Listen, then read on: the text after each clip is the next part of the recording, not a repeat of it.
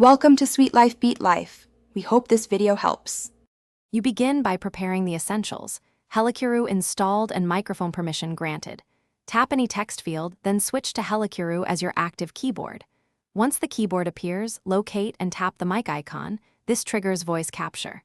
Speak clearly and at a steady pace because the app uses continuous recognition to form words and punctuation. If you need numerals or symbols, say them explicitly.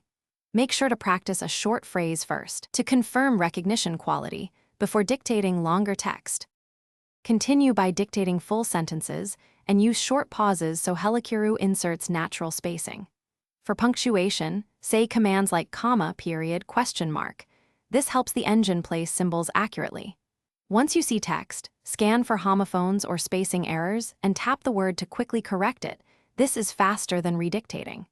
If you need numbers or special characters, say them as digits or symbols. Make sure to switch to manual typing for complex formatting or sensitive words that the voice engine. To finish, read your dictated text aloud once.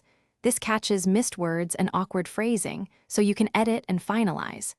If Helakuru misrecognizes often, first toggle the mic off and on, or switch the input language and try again, because background noise or wrong language settings cause most errors.